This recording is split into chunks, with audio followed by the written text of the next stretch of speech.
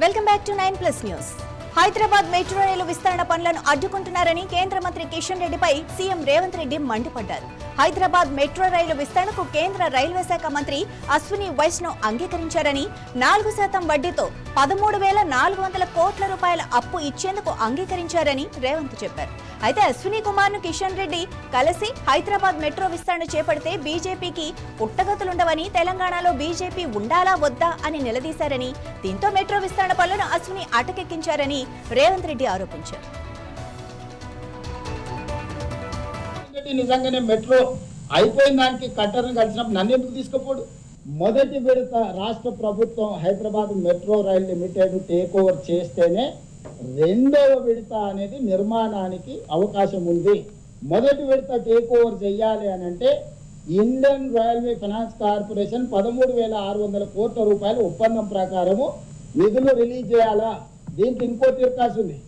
Japan నుంచి already వాళ్ళు పైసలు తెచ్చి బ్యాంకులో పెట్టుకున్నారు. జపాన్ ఆల్రెడీ ఐఆర్ఎఫ్సి ఖాతాలో పైసలు వేసేసింది. నేను నా మార్జిన్ మరి 1400 కట్టేసిన. ఇప్పుడు అది ఆగిందంటే కేంద్ర ప్రభుత్వానికి కూడా భారం. జపాన్కి అయితే ఇంట్రెస్ట్ కట్టాలి కదా. నువ్వు కస్టమర్కి ఇచ్చినవో ఇయ్యలేదో నీ ఖాతాలో ఆల్రెడీ వేసేసింది జపాన్. మాట్లాడదామంటే కిషన్ రెడ్డి గారు సమయం ఇయ్యారు. మేము లేనప్పుడు వెళ్ళి కలిసి మొత్తం మాట్లాడు. నిన్న కూడా కిషన్ రెడ్డి గారు మళ్ళీ అబద్ధాలు చెప్తున్నారు. కేంద్ర ప్రభుత్వం ఆల్రెడీ 50% ఒప్పుకున్నది నిజమైతే కాగితం ఎక్కడుందో చూపింది. ఐఆర్ఎఫ్సి లోన్ ఎందుకు విడుదల చేస్తుందో ఏదో సమాధానం చెప్పండి. గతంలో రాష్ట్ర ప్రభుత్వం గ్యారెంటీ ఇస్తే లోన్లు వచ్చేది. ఐఆర్ఎఫ్సి మాకేం కండిషన్ పెట్టింది తెలుసా?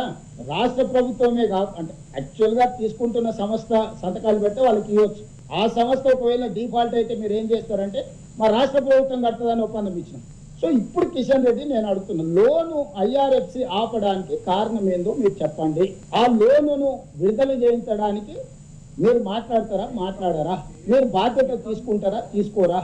రెండవ విడతకు భారత ప్రభుత్వం 50% భాగస్వామిగా నిర్మాణానికి ముందుకు వస్తుందా? లేకపోతే ఆ రెండో విడత కూడా మేమే మా డబ్బులతో